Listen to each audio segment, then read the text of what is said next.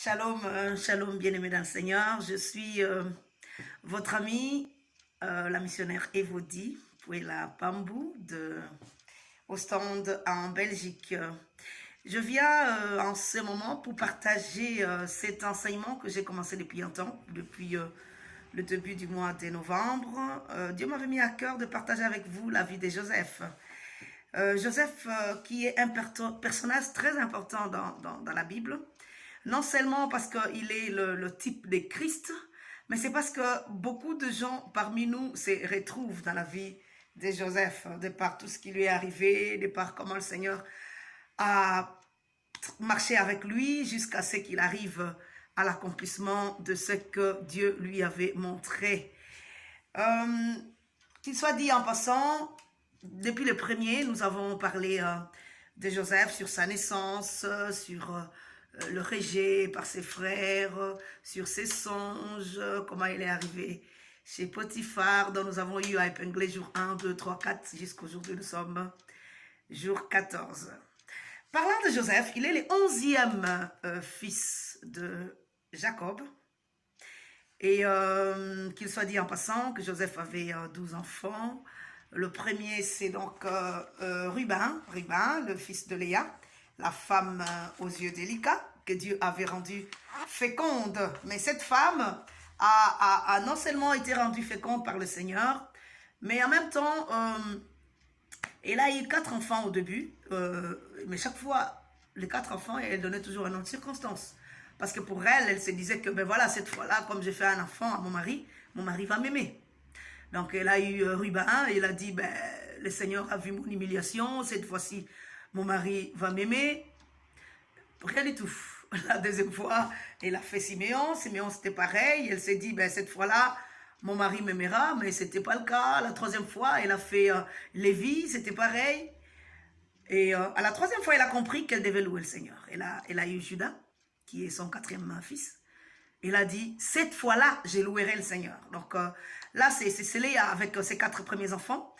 Et quelque temps après, la colère de sa sœur Rachel s'est enflammée jusqu'à, en fait, la jalousie, je voulais dire, la jalousie de Rachel s'est enflammée jusqu'à faire fâcher même Jacob, parce qu'elle s'est dit, voilà, tu ne me donnes pas d'enfants, comme si c'était Jacob qui donnait les enfants. Et Jacob a même dit à Rachel, suis-je à la place de Dieu qui t'a rendu stérile?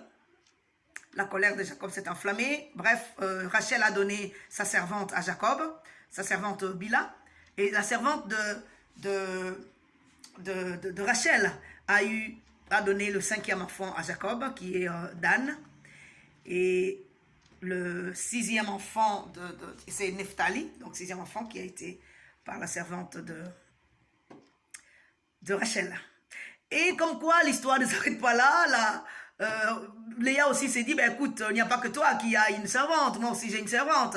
Elle aussi prend Zilpa, sa servante, elle donne à leur mari, Jacob, qui va vers Zilpa, qui donne le 7e et le 8e enfant de la fratrie. Donc le 7e enfant c'est Gad, et le 8e c'est Azer. Donc là c'est pour épingler un peu tous les enfants de Jacob. Et quelques temps après l'histoire des Madragores, voilà, Léa demande que le mari puisse passer la nuit chez elle. Et Dieu a eu pitié d'elle. Elle a eu son 5e et 6e enfant, qui sont le 9e et 10e enfant de Jacob. Donc c'est Isaacar et Zabilon. Et quelques temps après, Dieu s'est souvenu de Rachel. Rachel a eu Joseph. Voilà là où commence notre histoire. Mais à la naissance de Joseph, il y a quelque chose qui s'est passé. C'est quelque chose de fort qui s'est passé. À l'époque, Jacob était esclave chez Laban. Disons esclave. Pourquoi? Parce que Laban était en train de profiter quand même de Jacob. Comme j'avais dit, quand nous sommes bénis, quand Dieu nous bénit, parce que Jacob avait reçu la bénédiction de son père. Toute la bénédiction de son père reposait sur lui. Donc Isaac a béni Jacob. Et cette bénédiction qui était liée à sa personne le suivait. Et il s'est fait que chez Laban s'est vu enrichi par la présence de Jacob. La présence de Jacob a fait que Laban devienne riche. Et Jacob a travaillé pendant longtemps chez Laban, jusqu'à ce que naisse Joseph. À la naissance de Joseph, Jacob s'est dit, ben, je dois partir. Vous voyez, il y a des événements dans la vie qui sont tellement marquants. Il y a des choses qui arrivent dans la vie qui sont tellement marquantes que c'est un déclic, c'est parti. En fait, c'est comme un réveil, un éveil de votre esprit. Vous vous dites, trop c'est trop, je suis fatigué, maintenant c'est fini. C'est ce qui s'est passé quand Joseph est venu. Quand Joseph est né, Jacob s'est dit, c'est fini. J'ai travaillé pendant trop longtemps pour Laban, je l'ai enrichi pendant trop longtemps, maintenant c'est fini, je dois partir. Donc Joseph était vraiment un enfant de la destinée, un enfant spécial. Il est né sauveur, il est né libérateur, alléluia. De la même manière, toi aussi tu es né libérateur. Tu es né une grande personne. Il ne faut même pas regarder ce que tu es en train de traverser. La grandeur est en toi. Gloire à Dieu. Voilà que l'arrivée de Joseph dans la famille de Jacob fait qu'il y a une remise en question.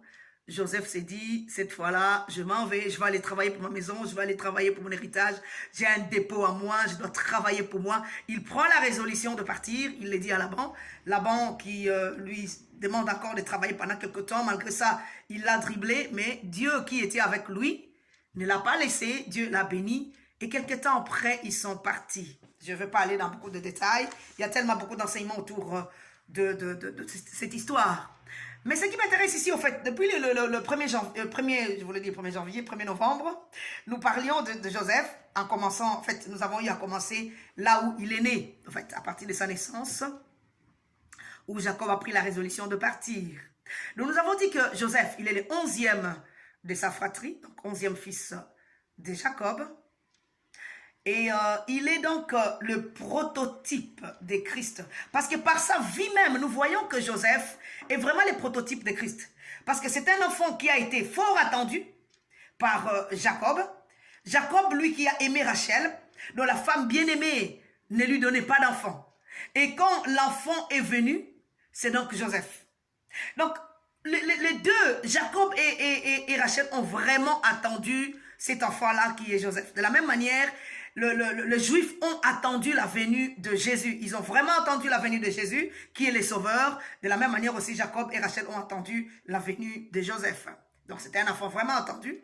Et son arrivée a été la fin de la servitude. Son arrivée a été la fin de l'esclavage. De la même manière, l'arrivée de Christ, c'est la fin de la servitude. L'arrivée de Christ, c'est la fin de l'esclavage. Alléluia. Gloire au Seigneur. Et voilà que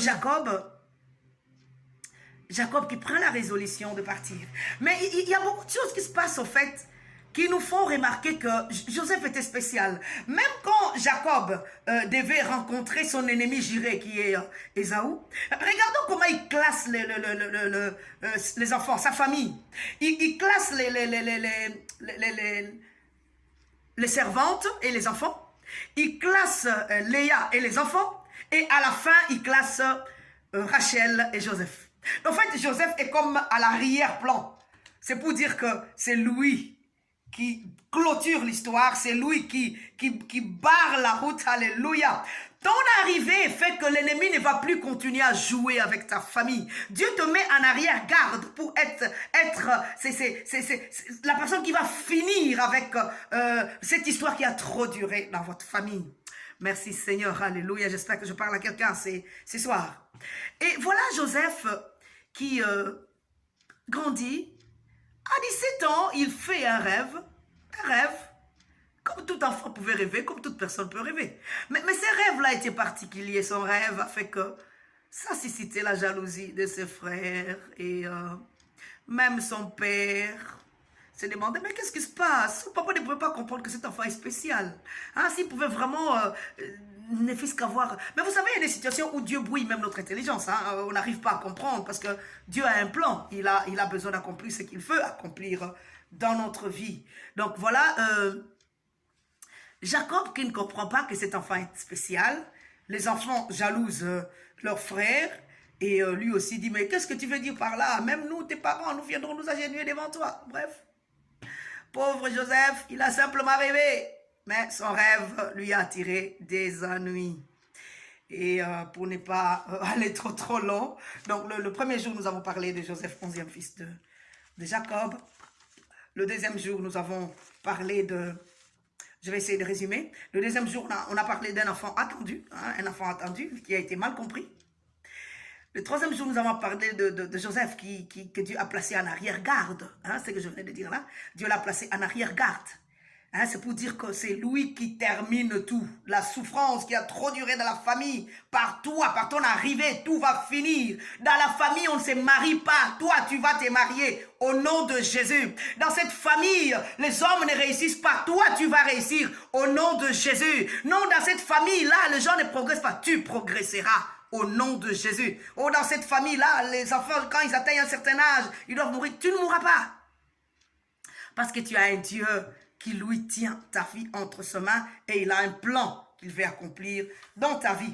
Et le quatrième jour, nous avons dit que le fils de Bila et de Zilpa ont une particularité. Un jour, alors qu'ils étaient en train, Joseph était à côté de ces enfants-là, il s'est rendu compte qu'ils étaient en train de comploter contre leur père. Et Joseph a rapporté ce que ces enfants étaient en train de dire. Alors là, nous avons dit, faisons attention à tous ces gens-là qui nous entourent. Ils sont enfants de notre Père, mais ils ont un comportement bizarre. Les enfants de Zilpa et de Bila. Hein? Leurs caractéristiques, ils sont de médisants, ils sont des colporteurs, ils sont des rapporteurs. Ils ne parlent que du mal de serviteurs de Dieu. Ils ne parlent que du mal de l'église de Dieu. Hein? Ce sont les enfants de Zilpa et de Bila. Et Joseph n'a pas accepté de rester en train de comploter avec les enfants de Zilpa et de Bila. Et il a ramené, il a donné la nouvelle à leur papa. Voilà que c'était un enfant vraiment spécial. Donc même dans nos milieux, dans l'église, ne nous mêlons pas avec les enfants de Zilpa et de Bila, qui parlent toujours du mal de l'œuvre de Dieu, qui parlent toujours du mal de l'église.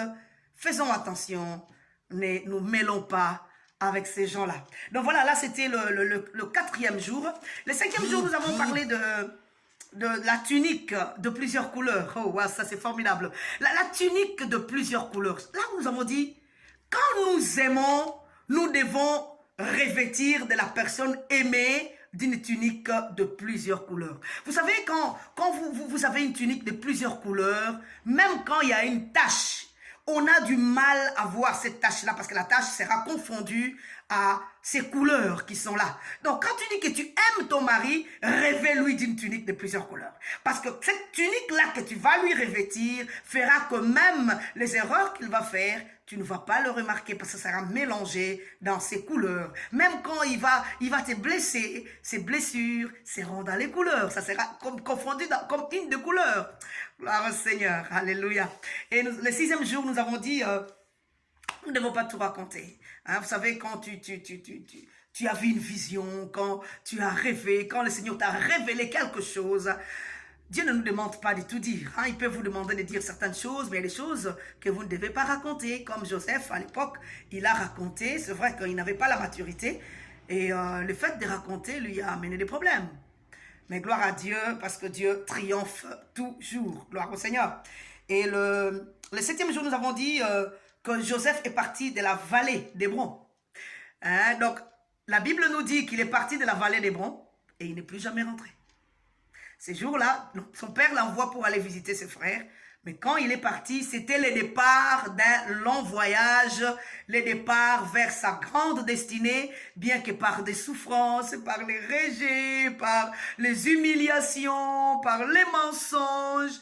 Mais c'était parti. Mais il est parti de la vallée. Alléluia. C'est là que nous avons dit, quel est le départ de ton appel? Quel est le départ, ton départ vers cette grande destinée? Quel est le point de ton départ vers ces projets? Quel est le point du départ vers ce que tu es en train de faire? Est-ce que le Seigneur est ton point de départ? Alléluia, gloire à Dieu. Joseph est parti de la vallée d'Hébron et il est parti jusqu'à ce que le Seigneur l'a amené vers les montagnes de l'Égypte. Même si tu pars de la vallée, sache que cela n'empêche pas Dieu de t'amener vers les montagnes, là où est ta destinée. Gloire au Seigneur.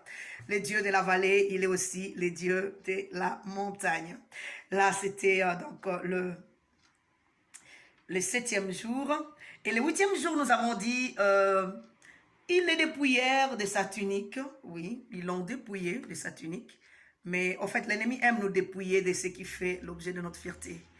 Cette même histoire s'est répétée à la charmante amoureuse des Cantiques des Cantiques. La Bible nous dit que les gardes qui font la ronde à la ville l'ont dépouillé de son voile, l'objet de sa fierté. Et nous voyons ici, Jacob aussi a été dépouillé. Donc la première des choses que le diable fait pour nous humilier, c'est nous enlever l'objet de notre fierté. Donc la robe de plusieurs couleurs a été enlevée auprès de Joseph, de la même manière que le voile a été ôté de cette amoureuse. Les gardes qui font la ronde à la ville lui ont enlevé les voiles et l'ont blessé, ils l'ont dénigré. Gloire au Seigneur. Et nous avons encore parlé le 9e jour de la citerne vide. La citerne, j'ai dit que la citerne, normalement, elle est faite pour contenir de l'eau. Mais ce jour-là, il n'y avait pas de l'eau. C'est pour dire que Dieu veille sur notre destinée dans les moindres détails. Et j'aime toujours dire, même s'il y avait de l'eau, Dieu allait faire nager Joseph parce qu'il ne pouvait pas mourir. Alléluia. Rien ne pourra te tuer. Même si tes ennemis te jettent dans une citerne, même s'il y a de l'huile, même s'il y a de l'eau, même si dans cette citerne, c'est la mort. Laisse-moi te dire que rien ne te tuera. Même si cette maladie-là, on appelle ça cancer, on appelle ça sida, ça tue les gens. Ça ne peut que tuer les autres. Toi, ça ne te tuera pas parce que tu es un enfant de la destinée. Tu ne peux pas mourir. Rien ne te tuera. Alléluia. Merci Seigneur. Le 10e jour, nous avons parlé de Dieu qui est capable de brouiller même notre intelligence, parce qu'il a un plan. Donc, nous voyons ici Jacob, oh mon Dieu, un berger expérimenté, un berger qui connaît ce que c'est les brebis, parce qu'il est né dans le brebis, il est né comme berger, il est né dans la maison des bergers, il a grandi dans la maison des bergers, il était un berger. Non seulement il avait l'expérience de 14 ans chez Laban, mais même de chez ses parents, il était berger. Mais nous voyons ici, il avale un mensonge de ses enfants qui lui disent que son fils Joseph a été mangé par un animal féroce. Comment vous pouvez imaginer quelqu'un qui a de l'expérience comme ça, il avale un tel mensonge? Non. C'est là que nous comprenons, il y a des situations où Dieu brouille notre intelligence pour que nous ne puissions pas faire l'analyse. Même notre sens de l'analyse, ça ne marche pas. Ça ne marche pas. Parce que Dieu a un plan. Et là, c'était donc le 10e jour. Le 11e jour, nous avons parlé de Dieu qui interdit à certaines personnes de ne pas nous aider. Là encore, je sais que ça frappe pas fort. Ruben voulait bien aider que l'enfant ne soit pas tué, mais il a été vendu. Il a voulu faire ses efforts des grands frères pour faire qu'il puisse rendre l'enfant auprès du papa, mais ça n'a pas marché. Donc, il y a certaines personnes qui ont la bonne intention de vouloir nous aider, mais Dieu les interdit. Parce que pour Dieu, il doit éclater sa gloire dans notre vie. Cette situation doit nous arriver à tout prix parce que Dieu veut éclater sa gloire dans notre vie. Et il y a le jour 12, nous avons parlé des esprits qui ne meurent pas. Nous avons parlé de Judas, le fils de Jacob, et Judas Iscariote. Ils étaient caractérisés par un esprit qui était le même esprit, l'amour de l'argent. Judas, fils de Jacob, il a aimé l'argent. C'est comme ça qu'il a demandé à ses frères qu'ils puissent le vendre. Et c'était juste avant le repas. C'est comme ça que nous avons dit, faites attention avec qui vous mangez à table. Parce que la personne qui vous livrera n'est pas loin. Elle est là à la table avec vous. Donc avant le repas, Judas demande à ses frères, et vendons-le. Voilà, tout ça, il voulait de l'argent. Et voilà encore l'histoire qui se répète pour Judas, le disciple de Jésus. Et là, nous le voyons vendre Jésus. Tout ça pour l'amour de l'argent. Donc les esprits ne meurent pas.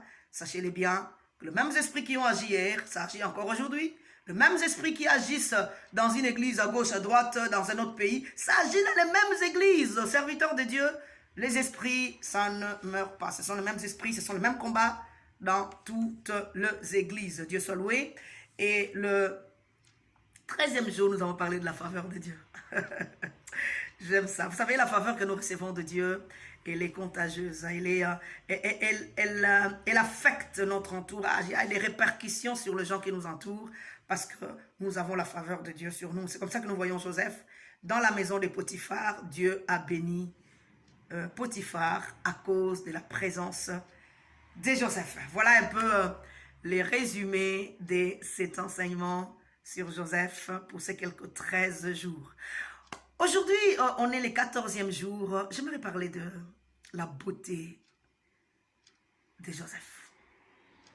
Joseph était un enfant très beau, très beau. Et sa beauté a fait que la femme de Potiphar a été attirée. Et elle voulait à tout prix coucher avec Joseph. Bien-aimés dans le Seigneur, votre beauté fera que l'ennemi voudra vous faire tomber. La beauté que vous avez, ce n'est pas seulement la beauté physique. La beauté de votre cœur. Alléluia. La beauté de la crainte de Dieu qui est en vous. Votre cœur qui est pur, qui est beau, attire l'ennemi. Parce que lui, il n'en a pas. Le diable n'a pas l'amour qui est en vous. Le diable n'a pas la crainte de Dieu qui est en vous. Le diable n'a pas tout ce que vous avez comme vertu. Et c'est une beauté qu'il attire tellement qu'il voudra vous faire tomber. Alléluia. Mais ne tombez pas, ne cédez pas. De toute façon, pour Joseph, ce n'était pas la première fois qu'on devait lui prendre cette tunique-là. C'est comme ça qu'il pouvait même laisser ça auprès de la femme de Potiphar. Pour dire que je m'en fous, j'avais même une tunique que mon père m'avait achetée. Mes frères ont pris ça. Donc si je dois ne pas me compromettre à cause de cette tunique, tu n'as qu'à la garder. Alléluia. Bien-aimés, ne vendons pas la crainte de Dieu que nous avons. Ne vendons pas la beauté de notre crainte de Dieu. La beauté de la pureté de notre cœur. Ne la vendons pas pour des choses périssables, pour des choses éphémères, pour le bien de ces mondes. Le diable vient te miroiter la richesse de ces mondes. Et il veut que tu puisses céder, que tu puisses lui donner ce qui est précieux que tu as. Ne cède pas. Cette beauté que tu as, c'est ça au fait qui donne rage à l'ennemi, qui donne rage à la femme de Potiphar. Ici, la femme de Potiphar, l'ennemi était derrière ça pour faire tomber Joseph. Aujourd'hui, peut-être pour toi, ce n'est pas la femme de Potiphar. Tu vas dire, mais si j'étais aussi à la place de Joseph, je n'allais pas le faire. Mais oui, aujourd'hui aussi, tu es buté devant les mêmes problèmes. Où tu as de tentations, où les gens te disent, mais écoute, va voir tel marabout pour avoir de l'argent. Où tu te dis, mais la vie, ça ne marche pas. Je cherche à avoir les succès, ça ne marche pas. Mais tu as aussi les mêmes tentations. À cause de la beauté, de la pureté de ton cœur, l'ennemi vient te brandir la réussite facile. N'accepte pas. S'il veut prendre la tunique, il n'a qu'à prendre. Gloire à Dieu. Alléluia. Parce que tu as un Dieu qui a gardé une tunique glorieuse pour toi. Ils n'ont qu'à prendre leur tunique. Mais moi, je ne céderai pas. Donc voilà, là, c'est le 14e jour où nous avons voulu parler de la tunique, de la beauté, pardon, de la beauté du cœur de Joseph, qui a attiré la femme de Potiphar. Non seulement, en fait, quand Dieu nous crée beau, belle, c'est pour la gloire de Dieu. Ce n'est pas pour le péché. Bien-aimé, tu es une très belle créature. Ne vends pas ta beauté à la débauche. Ne vends pas ta beauté à la compromission. Ne vends pas ta beauté au diable. Alléluia. Fais que ta beauté glorifie Dieu. Fais que ta beauté serve Dieu. Fais que ta beauté puisse glorifier ton Créateur. C'est comme ça, j'aime dire, vous savez, Léa et Rachel, c'est deux enseignements. En fait, c'est un enseignement très fort, ces deux femmes. L'une était belle, l'autre était laide. Mais la beauté, c'est pas tout. Parce que bien qu'elle était belle, mais la beauté a fait fâcher Jacob. La beauté a menti. Et elle a menti quand l'amant est venu pour chercher voilà, c'est Dieu qui voilà, la beauté a volé. Elle a menti que voilà, je suis dans la période de femme alors que ce n'était pas vrai. La beauté a menti, la beauté a volé, la beauté a fait fâcher. Mais alors qu'il a travaillé pour la beauté. Gloire à Dieu. Parfois tu travailles tellement pour embellir ce corps. Mais la beauté ne dure pas toujours. Vous allez remarquer que la beauté est vite partie. Hein? La beauté l'a lâché très vite. Entre-temps, la femme aux yeux délicats est resté jusqu'à la fin. La Bible même nous dit qu'elle a été enterrée là où on enterre que les épouses. Hein? Donc voilà, je ne vais pas aller trop loin pour ne pas abuser de votre temps. Donc la beauté n'est pas un tout. Bien-aimés dans le Seigneur, que votre beauté glorifie le Seigneur. Que votre beauté, hein, ne vous compromettez pas pour acheter des histoires chères parce que tu vas voir les derniers sacs Chanel. Tu vas aller te compromettre, tu vas aller te prostituer, tu vas aller même jusqu'à tromper ton mari. Tu vas chercher un homme qui va te donner de l'argent parce que tu veux les derniers sacs Chanel, tu veux les derniers sacs Cerruti. Tu veux... Non, bien-aimé dans le Seigneur. Ne te vends pas à cause des choses éphémères. Garde la pureté de ton cœur. J'espère que ce message a béni quelqu'un. Hein? Je reviendrai encore demain sur un autre message, journée 15. Là, je ne ferai plus un résumé. Ici, je fais un résumé parce que c'est la première fois que je fais un enregistrement. Demain, je viendrai directement au but pour parler de l'enseignement que nous aurons par rapport au 15e jour. Là, comme c'est la première fois que je fais un audio, hein, un enregistrement audio, pardon, c'est comme ça que j'ai essayé de brosser les autres enseignements de jours passés. Que Dieu vous bénisse richement. Je sais que ça a été long, hein, que le Seigneur vous fasse beaucoup du bien. C'est la missionnaire Evody Pambou. Que Dieu vous comble de ses faveurs. Est-ce que nous pouvons prier? Seigneur, je te bénis, je te rends grâce, toi les dieux qui nous aiment.